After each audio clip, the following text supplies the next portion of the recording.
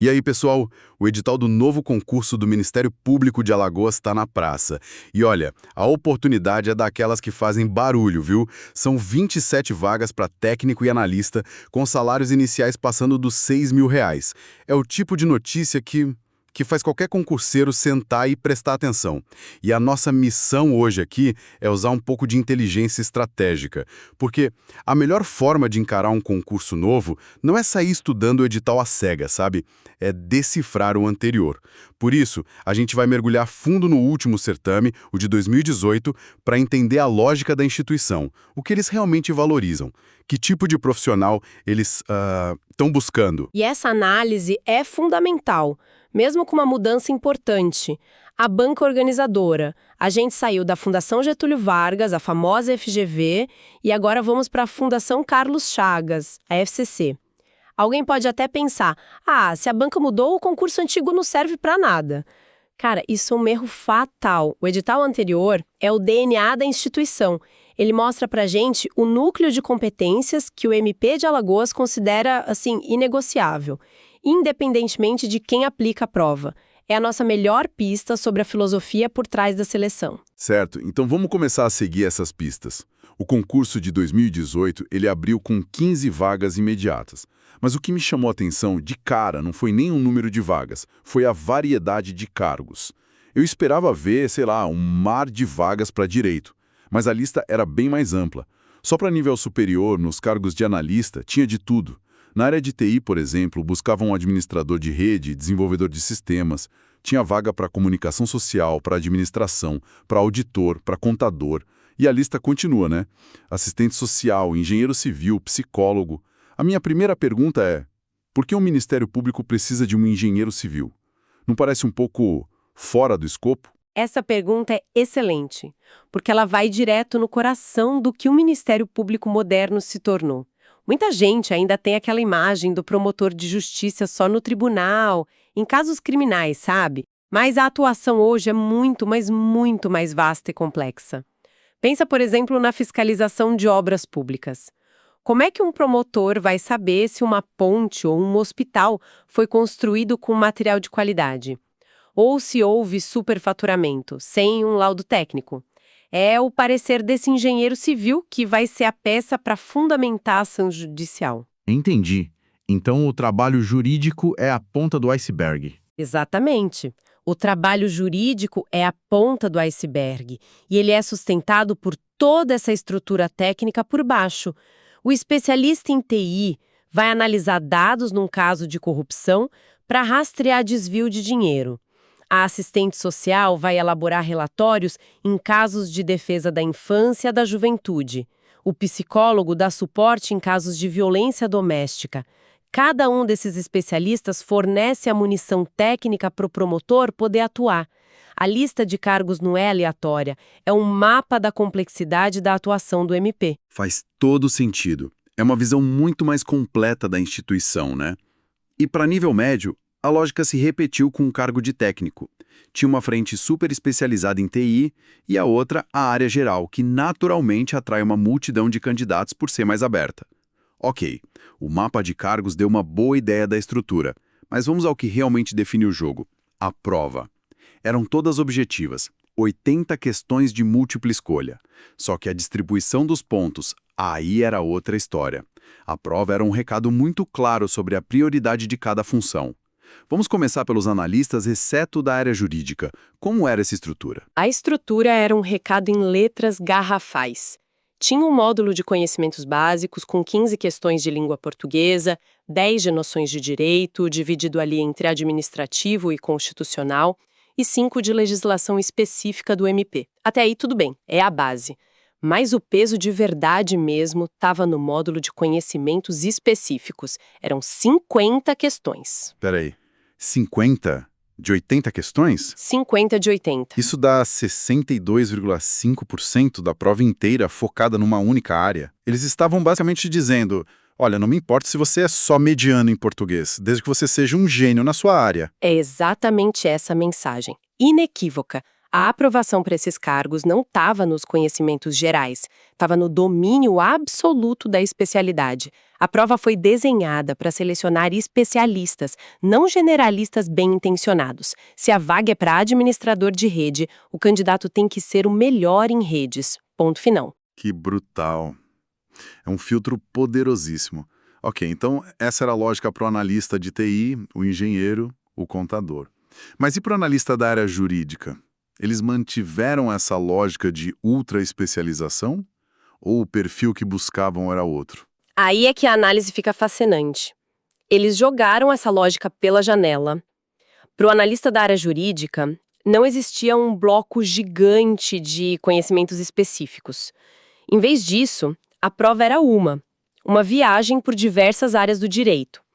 Tínhamos um bloco de 20 questões de português e legislação específica, Certo. e as outras 60 eram pulverizadas. Pulverizadas como? Eram 10 questões de direito administrativo, 10 de civil e processual civil, 10 de constitucional, 10 de penal e processual penal, e ainda tinha blocos menores de 5 questões cada para tributário, ambiental, direito do consumidor e eleitoral.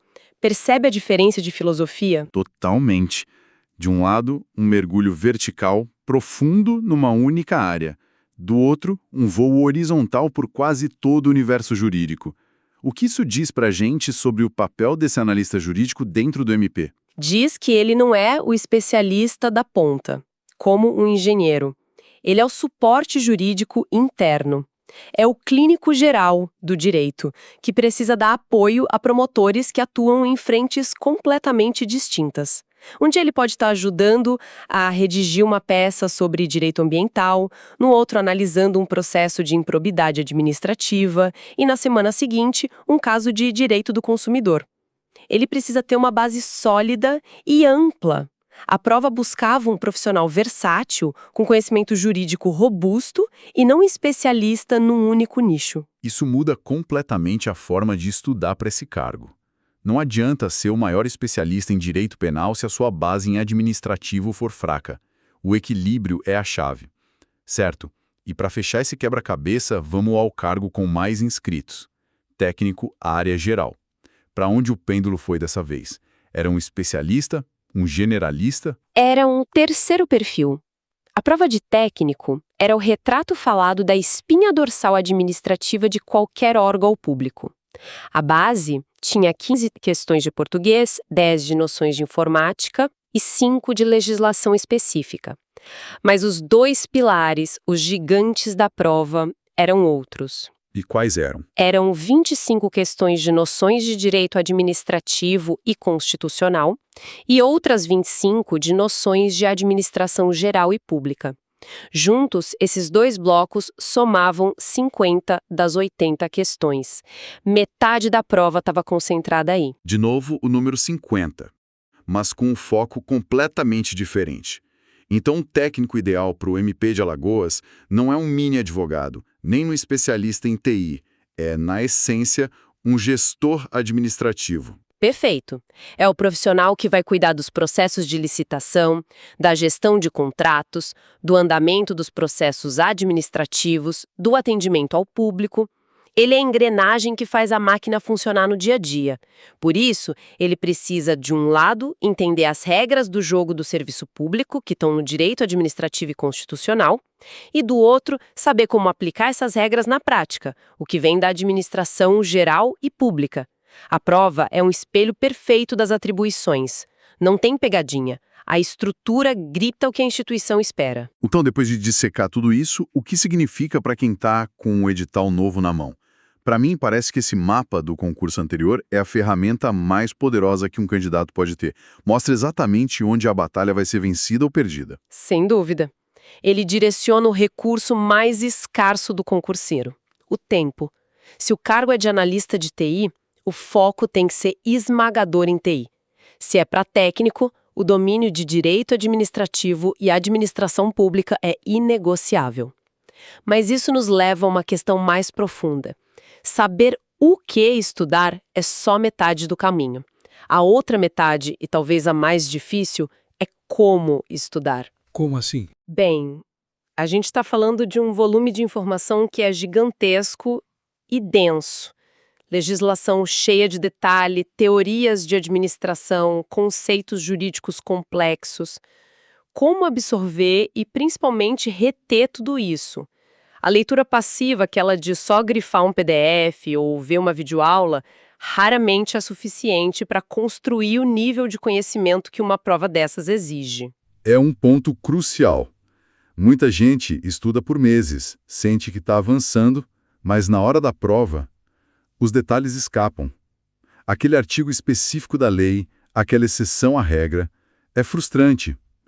O que diferencia quem retém a informação de quem não retém? A prática, ativa e constante. O cérebro aprende muito mais quando é forçado a recuperar uma informação do que quando só recebe passivamente. Isso significa que não basta ler sobre licitações. É preciso resolver dezenas, centenas de questões sobre licitações. É nas questões que você entende como a banca pensa, quais são as pegadinhas comuns, como a teoria é aplicada, testar o conhecimento com provas anteriores. É isso que transforma informação solta em conhecimento sólido. Exato. Essa ideia de prática constante é o que separa quem passa de quem fica no quase. Mas, na prática, como se faz isso? Não dá para sair resolvendo questão aleatória pela internet sem critério.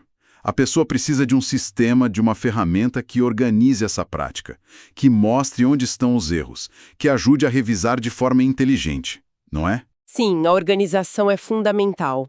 É preciso ter acesso a um volume grande de questões, de preferência separadas por matéria, por assunto, com comentários que expliquem o porquê do erro. É esse ciclo de aprender, testar, errar, entender o erro e revisar que constrói a aprovação. E ter a ferramenta certa para executar esse ciclo faz toda a diferença. Falando nisso, se você que está ouvindo é estudante e quer se preparar de verdade com uma ferramenta desenhada para essa prática inteligente, entra agora em medicob.com.br, baixa o app e aproveita o maior banco de questões do Brasil. Lá tem provas anteriores de todas as instituições, questões comentadas por professores, resumos práticos para revisar, aulas completas e até flashcards prontos para usar onde quiser. Ter um arsenal desses na palma da mão realmente transforma o estudo. Com certeza. Transforma o estudo de uma atividade passiva e solitária para uma atividade dinâmica, de teste, reforço e feedback. É o tipo de ferramenta que ajuda a fixar os detalhes que decidem uma vaga, especialmente em matérias áridas como direito ou administração pública. Uma plataforma, assim, é na prática um acelerador de resultados. Bom, então hoje a gente dissecou a estrutura do último concurso do MP de Alagoas. Vimos que cada prova foi um projeto de engenharia para encontrar um perfil profissional específico, do analista super especializado ao analista jurídico generalista, até o técnico focado na gestão administrativa. A grande conclusão é que a prova de um concurso público não é um mero teste de memorização de conteúdo. É uma ferramenta de diagnóstico, sabe? Calibrada para identificar competências muito específicas. Entendeu o porquê por trás do peso de cada matéria é tão ou mais importante do que só saber o que estudar. E isso eleva o nível da preparação de tático para estratégico. Exatamente. O que nos deixa com uma última provocação para quem está nessa jornada. O último concurso foi da FGV. O novo será da FCC. E quem estuda para concurso sabe que essas bancas têm personalidades, estilos quase autorais. A FGV é conhecida por textos longos, casos práticos, questões interdisciplinares. A FCC, historicamente, é mais focada na letra da lei, mais direta, mas com suas próprias sutilezas. Então a camada final de uma preparação de elite não é só dominar o conteúdo do edital de 2018. É cruzar essa informação com a seguinte pergunta: como a FCC, com seu estilo característico, cobraria esses mesmos conceitos? Como uma questão sobre improbidade administrativa da FCC seria diferente de uma da FGV? Pensar nisso não é excesso de zelo.